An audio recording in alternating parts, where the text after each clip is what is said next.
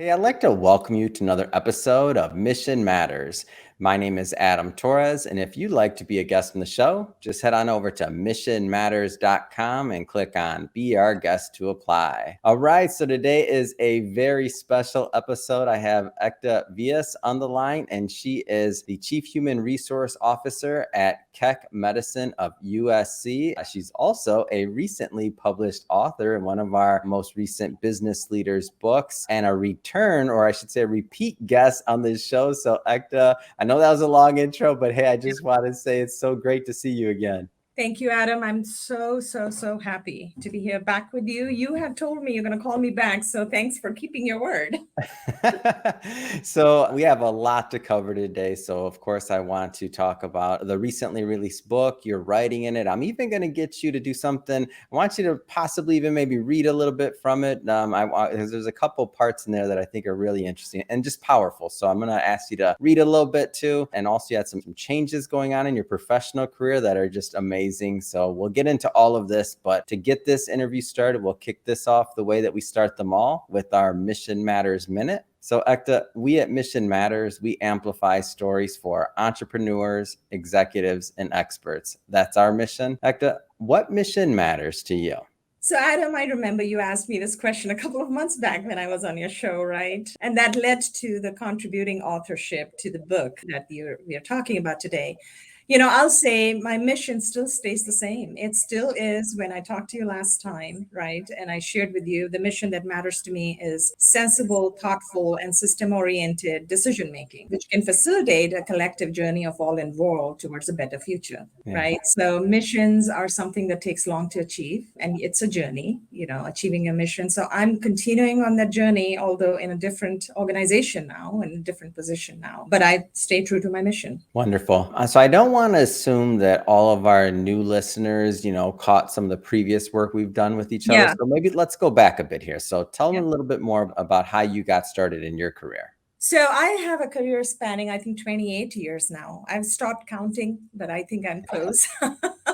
About 28 years. And, you know, at hardcore, I'm a management scholar practitioner. So it's really, truly a leadership journey for me since I've gotten into this track. And, you know, by education, I'm an industrial organizational psychologist, right? So a lot about evidence-based management practices. And then, of course, I went for my doctoral dissertation in organization management. So bringing effectiveness to organizations, teams, and really being a significant contributor in my own way, you know, towards, as I said, my mission is a better future for all involved, right? So in my 28 years of journey that I'm sharing with you, I think what's important for where I am right now and operating from are the last 2 decades, which was really a big shift for me to academic medical systems, you know, the healthcare environment. And talking about missions, I was recently interviewed for another feature, and one of the things I shared was the purpose-driven organization, what we do here to save lives, right? And to impact lives, people's lives significantly. I mean, the larger humanity, you know, that purpose resonates with me, right? And so I feel like I'm here to stay in this industry. And, you know, as you know, we've talked several times about my scholar practitioner approach. I do continue my learning journey through teaching in the business college at San Jose State, and I teach MBA programs and undergrad business programs. And so again, you know, it's really coming down, bringing everything together. The mission continues to be inspiring positive change. I've been a transformational leader all along. That's what my book chapter is about. So it's about inspiring positive change, influencing and motivating people towards a future that's unseen. It's quite exciting and fascinating to be on that journey. So you do many things and you're very talented at your work. I'm just curious, how did you narrow down your topic for the book? Like, what was your vision for that?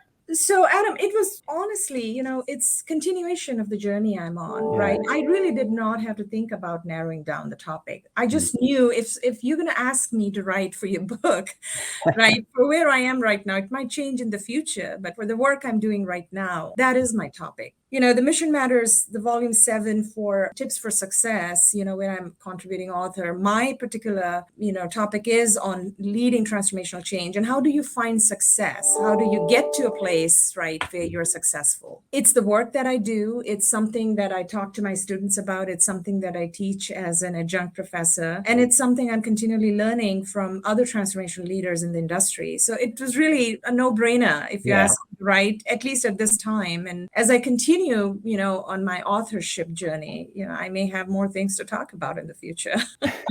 Well, this was a lot here. So maybe if you can share a little bit about the book, maybe read us a little bit from Yeah, it. let me see. I do have my opening excerpt here. So these are the opening lines for the chapter. But before I go to the opening lines, Adam, I do want to just pause for a moment and just thank Mission Matters for inviting me to be an author and giving me that opportunity. And then again, for me, being here. So the opening lines for my chapter basically say, I'm just going to read a short one. Leading through change is hard, and yet successfully turning the ship around grows a leader's horizons as they avoid the trap of listening to refute. Who said transformations were easy? But nothing worth attaining ever comes easy. Yeah. That's how it starts. There's a lot in that sentence.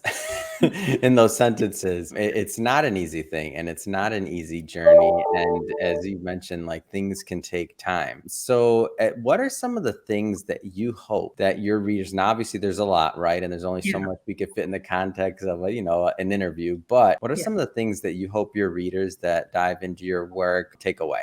So, we'll stay to the book for now, Adam.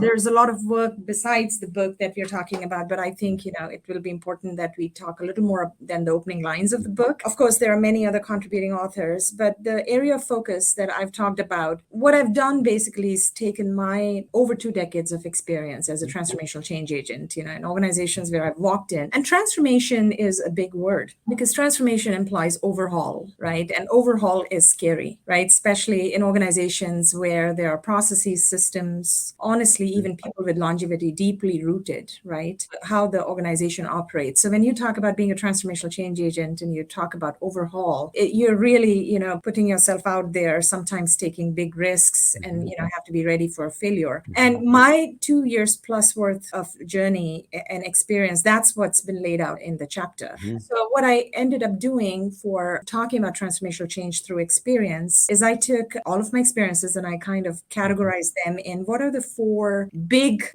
areas where I can share with you what I've learned through being a transformational leader. And it starts with talking about the alignment journey. That's where, my chapter starts. And the alignment journey, I chose the alignment journey to be the first one is because one of the things why change is hard for people and why, there are barriers to change is because it's just going to shake you up, right? There's alignment everywhere. I mean, it may not be truly an alignment, but those who are there for a long time working in that the environment feel it's aligned, right?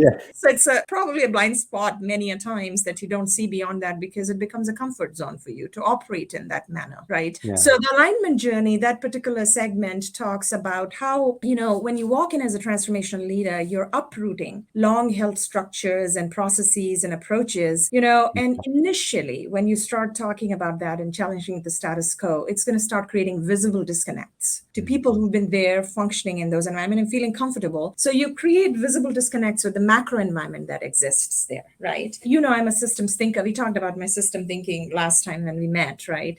So as a transformational change agent, again, one of my learnings has been, and again, it's been a hard learning, is you really need to understand the macro environment because the disconnects that are now you're creating, which is giving people an assessment of, we are not aligned anymore, right? Those disconnects are typically with the subsystems, right? That have somehow tied themselves to the macro system. So you start shaking it up and people start feeling uncomfortable. And then, in the journey through alignment, one of the things I talk about is that the leader who's walking in, the transformational leader walks in with the vision. Of course, transformational leaders are meant to have a vision, right? And if they've been there, done that several times, again, they'll go assess and they're going to say, okay, this is where we need to go. And they have their own utopia of where they want to go, but it's not actually shared by anybody other than in your own mind, right? Where you want to go. So, that alignment journey is really where you have to align also your vision with the multiple stakeholders, and you have to make a business case every time you're going in as a transformational change agent, right? Even if they've heard it, even if they know it, I'll tell you, Adam, my experience has been, even when you're hired as a transformational leader, You step in thinking, okay, everybody's on board. That's not the reality. But You, and it's hard too, right? Because change is yeah, not easy. A lot of business no, owners and executives that yeah, watch this and what a lot of the concepts you're talking yeah, about of legacy, right? Like right. change isn't easy because Legacy. There's the word. And the other thing I talk about when I talk about alignment is the stability of change of sponsorship. I can't tell you how significant that is to any transformational change. And it goes beyond the transformational leader or the transformational change agent, unless you are the transformational leader at the top of the organization, right? But if you've been brought in at a different level than being that top person and you lose that sponsorship, right? It's very, very hard. So I mean, again, going back to what are some of the things that are needed, then the second tenet, I call them the four tenets in my chapter. The second tenet that I talk about is there are three parts to it: customization, flexibility, and failure. Okay, that's what I talk about. And the reason, I pondered on it a lot because in my conversations as a transformational change leader, people just think, transformations is about a certain skill set you've developed and you're going to go in every organization and just do it because you've been there, done that. And one of the things that I keep emphasizing, and I've learned through experiences, it's not been there, done that. If you take recipes that have worked in other organizations, you're trying to implement it, God be with you. we wish it was that easy, right? If there was just this formula or this, you just go Exactly. and do this and it's going to work and you can do it over and over again. But everyone's a different, like living, breathing organism, right? That's exactly the point, right? Every environment is different, the culture is different, the politics is different, Yeah. right? Talk about culture change, don't forget about power and politics, right? There's an article I just recently wrote for Forbes. So there's really no been there, done that for a transformational leader. Mhm. What you carry with you when you go to a new organization as a transformational leader is the core skill set. And that core skill set needs to understand customization. That core skill set needs to understand that flexibility is so much needed, even to get to your vision, right? It's Mhm. okay. Don't lose sight of your vision, but be ready to change tracks, be ready to change paths, right? Don't go in with this is how I did this in the previous organization, so we're going to go down that path again, because your systems, processes, people, right? Right. Everything is different. And you got to kind of really start again. You have to start afresh. And I talk about failure, because honestly, Adam, I am on your show the second time and have been able to co-author a chapter because I failed initially in my journey, which kept growing me stronger and stronger with wisdom. It's really, pretty interesting because I've lived through it as a transformational thinker, right? When you have that vision and you know how to change things, you know where you want to go. But why do you fail? You fail because you're still on the learning track of understanding the politics, the navigation, the skill set, the crucial conversation, how to go about it. And that comes with experience, right? If you're very young, fresh graduate out of college, I teach MBA students and I really tell them, don't think you have an MBA from a very great university and you're just going to go in and everybody's going to buy into what your vision is, right? Lesson number one. Yeah, you certainly have to work hard and you're going to have a lot of great Mhm. ideas. But where you fail is when you fail to understand the people you have to bring along with you, when you fail to understand the power, the forces that are at play in that environment where you are very new and you did not take the time to understand the forces at play, right? So you really have to pause and do your own assessment and understand what are you changing and what will the barriers, and more important than anything else, who do you have to get on board? And that comes through failing. That comes through, heartburn. It's like, no, I thought I did everything right. What went wrong, right? Grow, and then you're smarter, right? You keep doing Right. it and you don't run away and you're smarter and you have a stronger toolkit with you. So that was my second tenet. And then, Adam, this is not going to come as a surprise to you because we talked so much about emotional intelligence last time. Oh yeah. Right?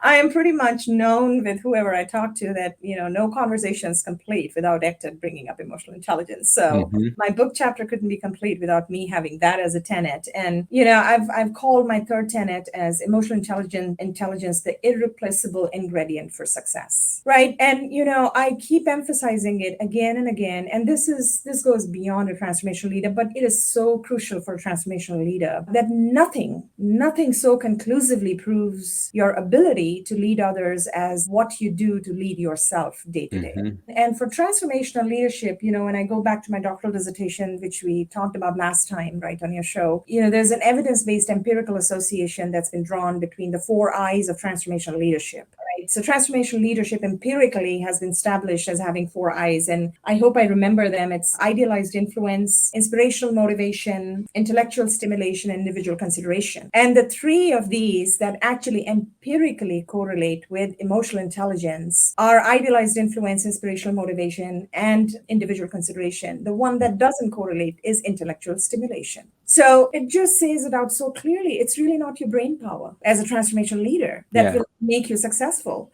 Don't count on your brain. It doesn't matter how much brain power you have. What matters is the interpersonal skill set. What matters is your influence. What matters is how are you going to be able to inspire and motivate people? Because the matter of the fact is you can have a vision of your own. If you can bring along people, especially those who have key stakes in that change, which is going to change their world, you can keep all the brain power with yourself and be happy and proud of it, right? It's not going to take you anywhere. So I've really talked about the 4 I's and how, it ties back to emotional intelligence and how it's, evidence-based. It's proven through research. It's not acted. It's not my research. It's final research. It's something that I took and I validated in my doctoral dissertation, was validated. And again, in that tenet, I talk about culture because culture is intangible, culture is invisible, but culture is a force to reckon with. Culture is the force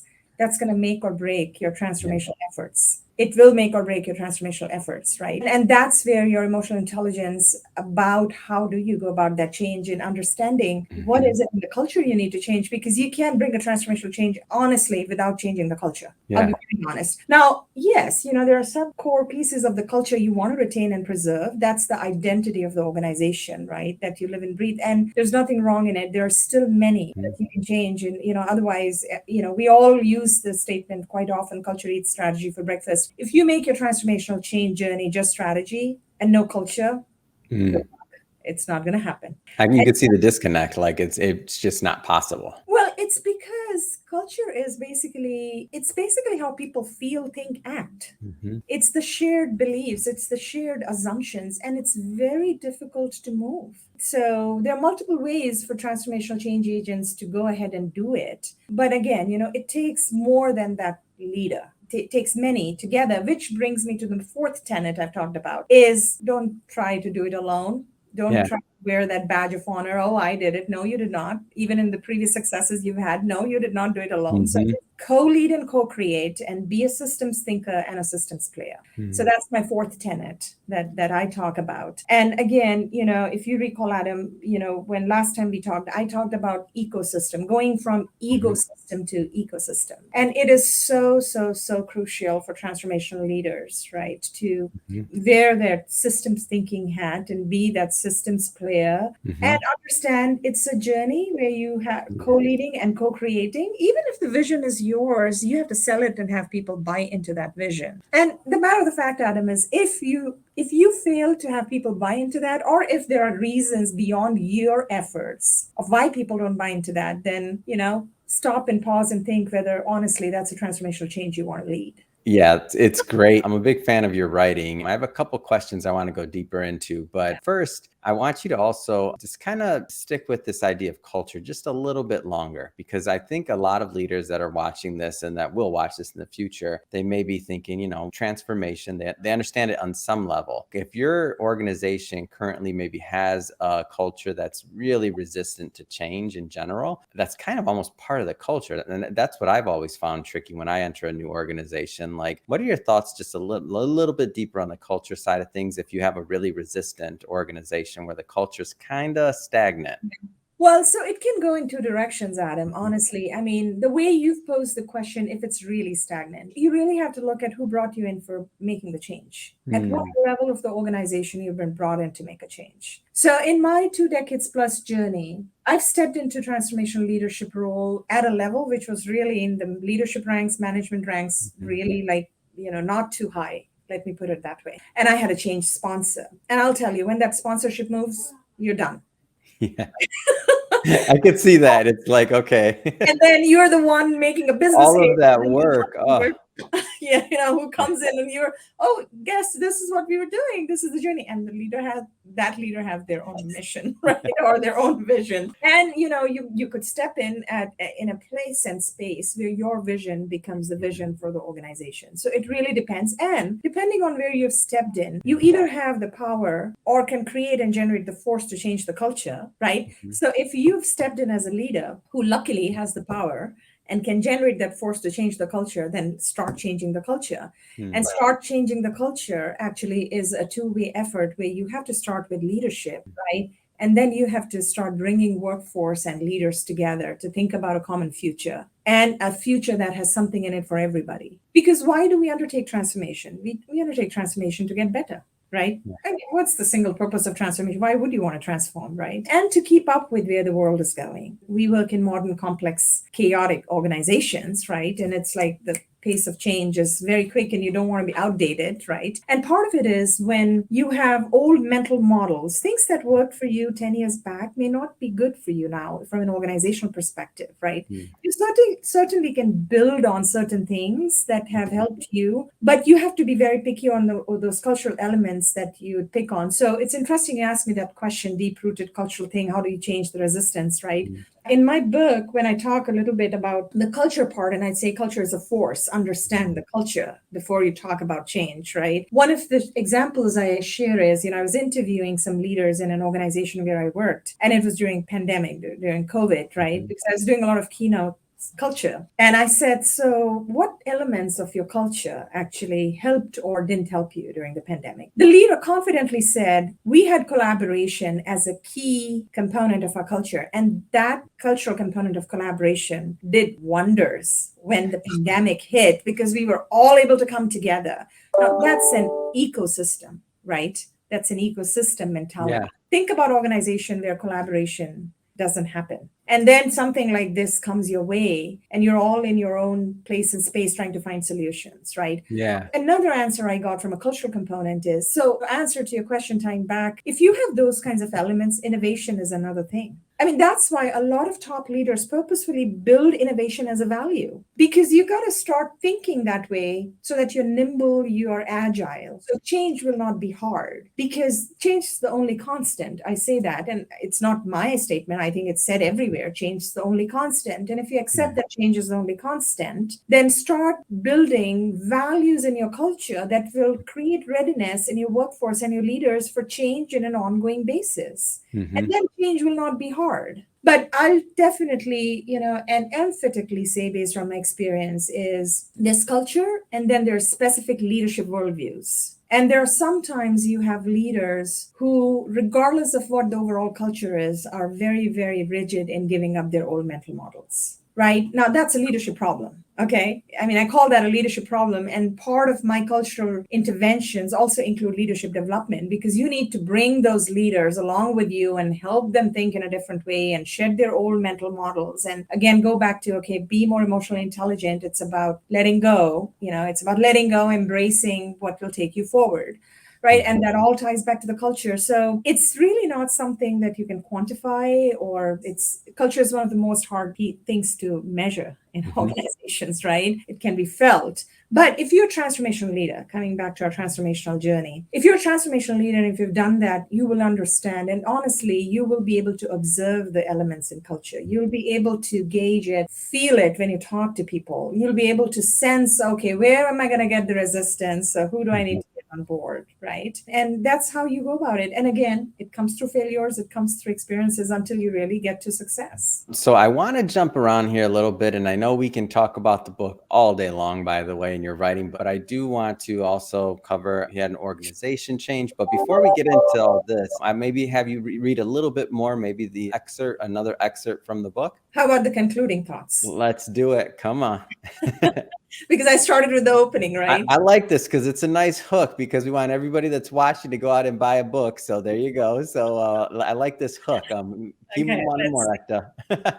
Okay, I have the concluding thoughts here. So it says, transformations are undertaken to bring renewal in the way we work. They are undertaken to enhance the quality of our output by maximizing value-driven work. Transformations are rough, challenging, painful, and emotionally draining. At the same time, they have the potential to bring out the best in us, in our environment, and in our managerial approaches. Transformations are powerful. Perhaps that's why every time I have led a transformation, it has transformed me. Are you ready to be transformed? It's powerful. And I'm sure that a lot of individuals are going to get, as I have, get a lot of value out of your writing and out of your work and continued, which I wish you much more continued success with that. And speaking of that, the last time we interviewed, I mean, there's been a little bit of an organization change. I mean, we're catching up now. Can you tell me a little bit more? Yes, well, you have my organization there, right? Is it there? Absolutely. Okay, it's little teeny tiny. But I need the story. Come on. I need the story. I Yeah, can so read. I need the story. Yeah, give me the story. yes, I'll give you the story. Thanks for asking me. Mhm. I mean, you know me well enough now. My identity is Absolutely. so mingled and, close to the organizations that I serve. So, yes, you're right. Last time when we met and you interviewed me, I was with UC Davis Health as their Deputy Chief HR Officer. I have just 6 weeks back, I think 7th week running, I've joined Keck Medicine of USC, University of Southern California. Very proud and very thankful actually for my continued professional journey in premier academic medical institutions. And I've joined as the health system chief human resources officer. Very, very thankful for this wonderful opportunity. And a little more about Keck Medicine. We are one of the only 2 university-based medical systems in Los Angeles area. You probably know that, don't you Oh, belong to yeah. there? I'm Yeah, downtown LA. That's where I live. So, yeah, I'm there. right. I mean, Keck Medicine obviously doesn't need an introduction. I mean, we're Of best in class physicians, access course. to cutting edge research and state of the art facilities and anything and everything you call it. As a health system, certainly academic medical is our strength, but we are the top 50 in the nation, top 10 in California. Yeah. That's our standing. And I've joined the organization at a very, very crucial time, and it's a very interesting time. And honestly, again, fills me with gratitude. As a health system, we now have 4 hospitals and over 80 outpatient network of care. So we have the Keck Medical Center and Norris Cancer Center, and then we have Vertigo Hills, which is a community hospital that has been part of our system for 9 years now. And then July 1st, actually, we have Methodist that became USC Arcadia has been part of us. So my stepping into this role is a wonderful opportunity again for me, kind of using my skill set, both as, the transformational leader we have talked about, and, my teaching MBA courses where I talk about mergers and acquisitions and joint ventures, teaching my MBA students to bring all of that scholar practitioner work, to life. And right now, my biggest priority is the integration of USC, of Arcadia into Keck Medicine. And, the integration is really across the continuum of all people strategies. And of course, as we talked about cultural integration is the most significant part besides your total rewards and your, seamless employee experience and employer branding. So there's a lot of work, that is in place. It's a wonderful organization with wonderful people. And I've just had the happiest, I would say, 6 weeks Yeah. of professional journey. I just love being here. We can keep this high level, but because obviously I don't want to oversimplify it, and I know there's a lot that goes into it, but I'm just trying to fathom, what does it even look like to integrate something like that? Like, so your number one priority, like I'm sitting here thinking like, oh, that's not number one, obviously a lot of work, bringing cultures together and integration, but like, where does that even start? It started before I joined. Yeah. Right. So there is a lot of work you have to do in understanding what those different entities stand for and how do they work. Now, of course, there is a common goal in serving the patients that we serve, right? So when a community hospital becomes part of an academic medical system, you want to have a win-win situation. You are now part of a larger system where you have access to world-class research, right? And you can redirect patients or you can tap into physician expertise or research expertise, right? Where science is so advanced, So again, you're going to try to find the win-win, but at the same time, right? What is the standalone key characteristics that the academic medical is getting from being affiliated or, involved, including that community hospital, in your sphere. Now, in my role in particularly, I'm the people strategy person, right? And that's why I said it started before I joined, because of course it doesn't happen overnight. So you have to start thinking about how you're going to bring two organizations together under a single identity. So of course, there's work in technology, there's work in, from a financial perspective, there's a lot of work. But if I talk about integration from my perspective, the way I look at it, Adam, and I talk philosophically, you know that, right? Yeah. The way I look at it is, it's really not whether you've signed a piece of paper saying you become us going forward. It's, are you creating that experience for the leaders, employees, that they do feel the belongingness, right? Do they feel they belong? Are they Keck Medicine now, right? Mm-hmm. And from a people strategy perspective, you do that across the continuum of employee life cycle. So you do that from the perspective of the employee value propositions you're extending to them. Mm-hmm. And I'm working on that. We have to get there. That entails your value proposition, entails your employer brand identity. They started associating with you as a brand, not just that they're wearing your badge, but are you actually connecting with them? Are you creating that connectedness, which goes back to the cultural part of it? Do they see the mission of Keck Medicine, the vision of our CEO of the health system, the values that Keck Medicine has and, espoused? Do they embrace those, and that's basically what true integration means to me. Mm-hmm. So yes, there's going to be the work we are doing from an HR perspective. I have like subcommittees and committees and steering committees, right, on total reward strategy and how do we bring parity in the wages for community hospitals and academic medical, and how do we look at benefits and try to really, really create that systemness. How are we attracting candidates, right? Mm-hmm. So all those things said, in the end, what matters from an integration perspective, do they wake up this morning and they say, yes, I belong and I connect, and this is my organization? Right. And it's a seamless identity. It's a journey. It doesn't happen overnight. So we're going to do the processes, the structures, the system. That integration, I think, is easier. It's when the heart-to-heart connection has to happen, right? Belongingness has to happen. And that's the cultural component of it. Between, teaching, between what you're doing here in integration, like when do you sleep, Ekta? Come on. You got a lot on your plate. And then also speaking. So I know you do quite a bit of speaking as well. So how do you do it? Honestly, that's the most difficult question you've asked me. I don't know how I do it. I think over the course of years, it was hard initially when I started wearing multiple hats to find that balance. But I think when it becomes the second nature, you just get on an autopilot of doing all of these, right? So I've had like since the beginning of this year, I've had 6 or 7 conferences where I've been a speaker traveling, right? 2 times, 3 times to Chicago itself. And then, of course, this was a wonderful opportunity, the book co-authorship. There's another book. It's a book written by Paul Wolfe. And they asked me to do a sidebar, right? Because the book is titled Human Beings First, coming out of the pandemic. It's Human Beings First. And they wanted me to do a sidebar. And the sidebar I did was it's about 11 pages. And I'm like, be better, not bitter. So those are the themes. But again, I'm able to, I think I've learned it along the way, Adam, on how to. Of course, you always have to put my Forbes article that just got published was in the works for 3 months. So that tells you how I do it, right? It's like, don't kill yourself. I wanted it to be published 3 months back. And it did not. So if it did not, it did not, right? Look at your priorities. So when the semester is in session, like I'm getting back into teaching my MBA courses in a couple of weeks, I'll have to compromise a lot of speaking and start traveling for speaking sessions. So I think, once you've done it for a couple of years, you just know, when to let go and say no to speaking engagements because you have commitment to your students during that time. And of course, my primary job right now is at Keck Medicine always comes first. Yeah, absolutely. So I just have to ask, what's next? What's next for you? What's next on the calendar? Okay, well, you already heard about my sidebar to Paul Wolfe's. Oh, yeah. Right. Of course, I have a conference coming up, I think 2 weeks, I'm in Charleston. And then honestly, my highlight of this year, I'm not undermining our book, Adam, but my highlight. Wait, other than coming on the show, other than that, that was assumed, Ekta. Come on, other than that.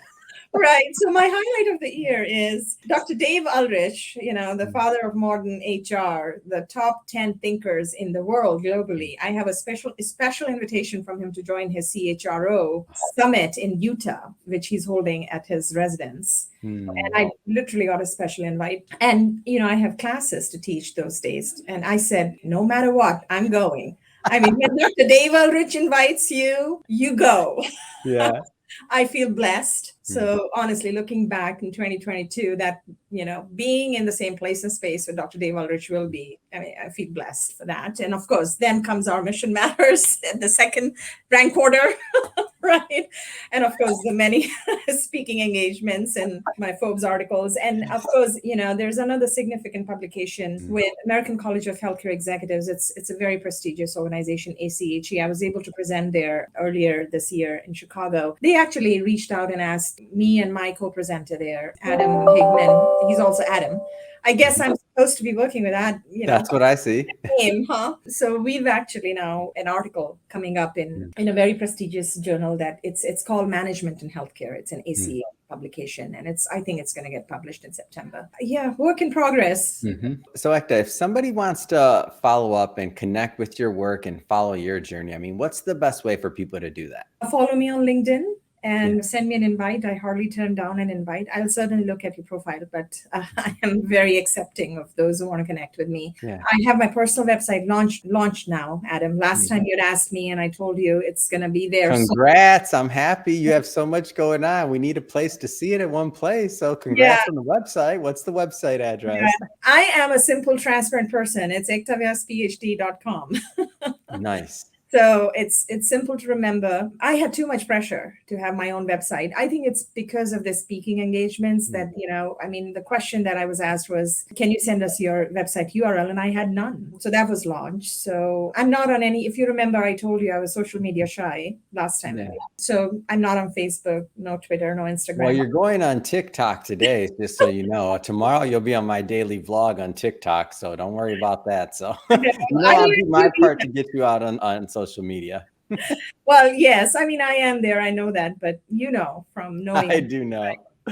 Well, Ekta, I'll just say, it's been awesome having you back on the show and reconnecting. And I'm thrilled to be publishing this book with you and also collaborating and getting your word out there about transformational leadership, what that means, how organizations can implement it, and really just amplifying your message to make sure it reaches a broad audience, which I'm always happy to do. Speaking of the audience, if this is your first time with Mission Matters or engaging with our platform, we're all about bringing on entrepreneurs, executives, and experts and having them share their mission, the reason behind their mission, how they do what they do, what they're doing, and also what we can all learn and gain from it so that we can all grow together, right? That's the whole reason here. If that's the type of content that sounds interesting or fun or engaging to you, hit that subscribe button because we have many more mission-based individuals coming up on the line and we don't want you to miss a thing. Ekta, really, it has been a pleasure. Can't wait till the next time we get to work together. Thanks for having me with you again, Adam.